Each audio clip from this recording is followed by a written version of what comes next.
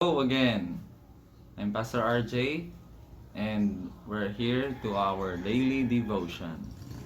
Scripture passage is found in Malachi chapter 4 verses 5 and 6. And it is written, "See, I will send the prophet Elijah to you before that great and dreadful day of the Lord comes. He will turn the hearts of the parents to their children, and the hearts of the children to their parents. Or else I will come and strike the land with total destruction." So you see, we are fascinated with the last things. What will happen in the end times? How will God rescue us with this all? We call this ID system, that it's one way for the one world government, and so we become scared, and we are thinking, oh, this is the signs of the last things, the end times. But let me tell you this: before God comes to annihilate, total destruction, He will first send Prophet Elijah. Okay? "I will send the prophet Elijah to you before the great and dreadful day of the Lord comes. He will turn the hearts of the fathers to their children, and the hearts of the children to their fathers." This is NIV translation, so it translated parents. But in NIV 1984 version, it's translated fathers. So 2011 is somehow, version 2011 NIV is somehow more concerned with the translation. So they want to include everybody else. So if the original translation speaks only with the fathers, they want to make it the parents. Okay?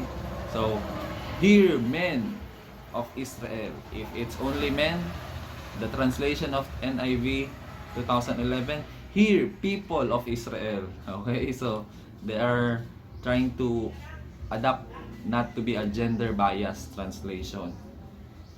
But the real words here are just addressing to the fathers. So, "I will send the prophet Elijah before the great and dreadful day comes. I will turn the hearts of the fathers to their children, and the children to their fathers." So the last ministry, or else, see here, if the reconciliation between the father and son, between a son and a father, a daughter and a father, will not take place, this is what will happen. "Or else I will come and strike the land with total destruction." Are you listening? If the reconciliation did not take place, if there will be no reconciliation between a father and son relationship, then I will come for total destruction. Which means, in the last days, the heroes are the people who will be sharing the good news of reconciliation, especially reconciliation between the families. You see, today, there are so many broken homes, and the rise of fatherless generation is soaring very high. The teenage pregnancy is soaring also very high. So we have come to a generation where fatherlessness is a norm. You see, that's what we are encountering right now. We have been struggling with this fatherless generation, and so we as a church, we strive to preach good news to the young people, to forgive their dad, to be reconciled with their parents, to understand their parents. You see, your parents don't need to be perfect to be respected. Your parents is human as well. They make mistake. It doesn't mean that if you are a parent, you will not make any wrong decision. You will still make a wrong decision. But how you handle your wrong decision will determine if you are a woman or a girl, a man or a boy. Okay, so you take responsibility with your failure. Okay, so you don't need, your parents doesn't need to be perfect to be respected. Because if perfection is the basis to be respected, then no one deserves to be respected. You see, Ephesians 6:1 said, "Children, obey your parents in the Lord, for this is right." Honor your father and mother, for this is the first commandment with a promise, that it may go well with you and you may live long in the land. Paul right here is addressing the kids in the place of Ephesus. Do you know that Paul is honoring these kids by addressing them? Children, obey your parents. You see, in that very patriarchal time, kids are not being addressed. They are required to obey or else they will face stoned to death. You don't address kids. They are considered property.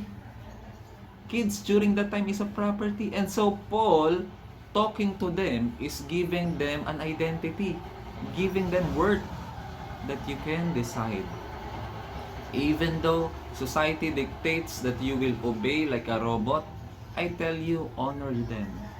You don't, even though people don't address you to honor your parents, I tell you to honor them. Not because you're afraid, but because of the Lord.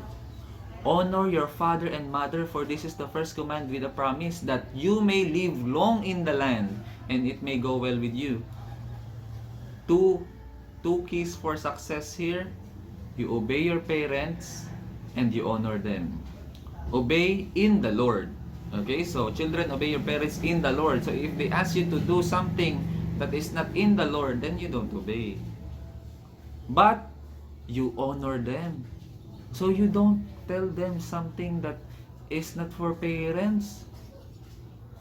Are you not terrified to curse your parents, to tell them something that is abominable in the eyes of God? You are saying like PUTA to your parents. You call them names. Aren't you scared with that one? Don't you know that you are shortening your life? Don't you know that the more you curse your parents, the more you shorten your life? And the more you think you are better than your parents, when you get married, you will realize that you can become like your parent, and more so, worse than them. Okay, so for the young people out there, we have this ministry. We also did it last Sundays with the young people. We saw tears. I was preaching about the Father's love, and when I asked the young people, kindly raise your hands for those who don't have their father. Majority. I was shocked. And actually, I'm not shocked because I've been doing this ministry for the past 10 years. And I've seen so many young people who don't have father image. And so, attached with that lack of father comes many problems like early pregnancy, teenage pregnancy, because the young ladies were looking for a boyfriend in a very young age. And the age of their boyfriend is twice or thrice with their age. Because they are not looking for a boyfriend, they are looking for a father image, a father's love. But they were abused by those men. Okay? And the young boys who don't have fathers, they were also abused. So they have been searching for this father's image, father's love, and they found it in the wrong place. Okay, that is why Malachi, the last book in the Old Testament, tells us those things. You see, it says here in Malachi 2 verse 15, has not the one God made you? You belong to Him in body and spirit. And what does one God seeks? Godly offspring. So be on your guard and do not be unfaithful to the wife of your youth. It says here, you men, husband of one wife, be faithful with your wife. Do not leave them, the wife of your youth. Why? Because the desire of God, why God made you one, is because so that you will produce godly offspring.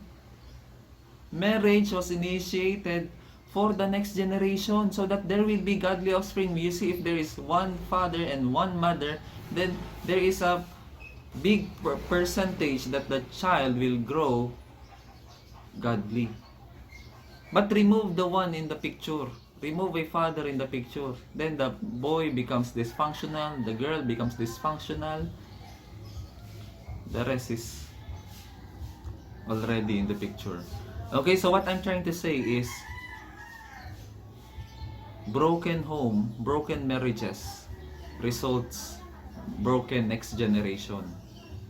And so, if we want God not to judge the land, let us proclaim this reconciliation. And if you are not yet reconciled with your parents, with your dad, with your mom, I encourage you to be reconciled.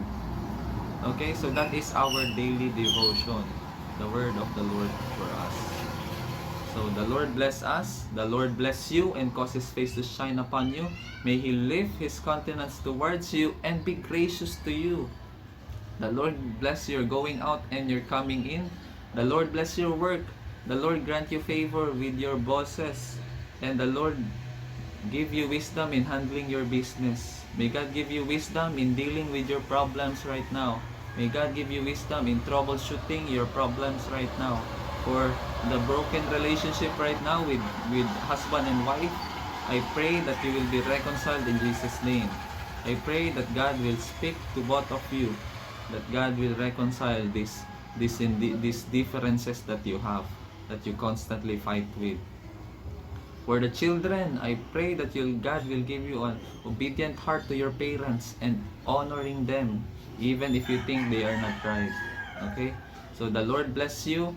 The Lord bless our entrepreneurs. If you're an entrepreneur, the Lord bless you with more clients, many clients, that God will send angels to be your clients, to buy your products, to sustain your family. The Lord bless you and cause His face to shine upon you and give you peace.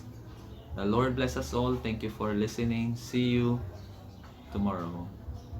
Shalom. If you want to support this ministry, the Mutual Homes Gospel Christian Church Ministry, you can give your offering or donation to the GCash number that we will be providing. It is for the expansion of God's kingdom and for the development of the ministry, that we can reach more people and we can help more people in the poverty line to provide for their food. The Lord bless us all, and thank you for your generous heart. If God touched your heart to give, any amount will do. We appreciate it. And if you want to give, kindly send your receipt in this page as well. You can record it. Okay? The Lord bless you more, and may God's face shine upon you. The Lord bless us all. Hello, thank you for watching. If you are near Mutual Homes, Soldiers Hills, and if you are looking for a church, we are excited to meet you in person. We would love to have you. So see you this Sunday. Bye.